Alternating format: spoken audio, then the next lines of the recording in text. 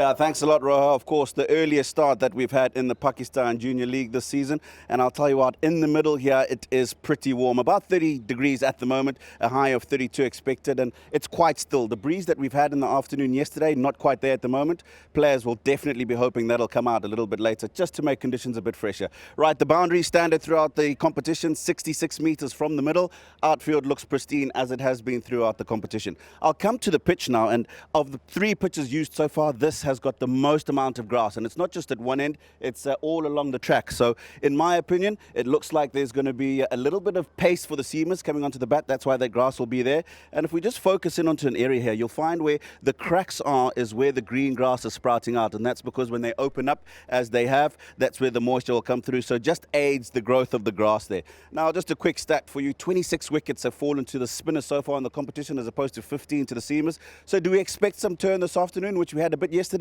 I don't think so, and that's because there's just a nice grass cover underneath. The pitch is very firm, and I expect the ball to continue to come on. The spinners probably just slide onto the bat and provide ideal batting conditions. The Gwadar Sharks winning the toss, electing to bowl first. That's no surprise, as all the teams that have won the toss have done that, and the 3 teams of the 4 that have been chasing have won the matches. So that's going to be an interesting stat to see if that's going to work out for them this afternoon. The Sharks showed some bite yesterday afternoon. Let's sit back, relax, and see if there's more where that came from.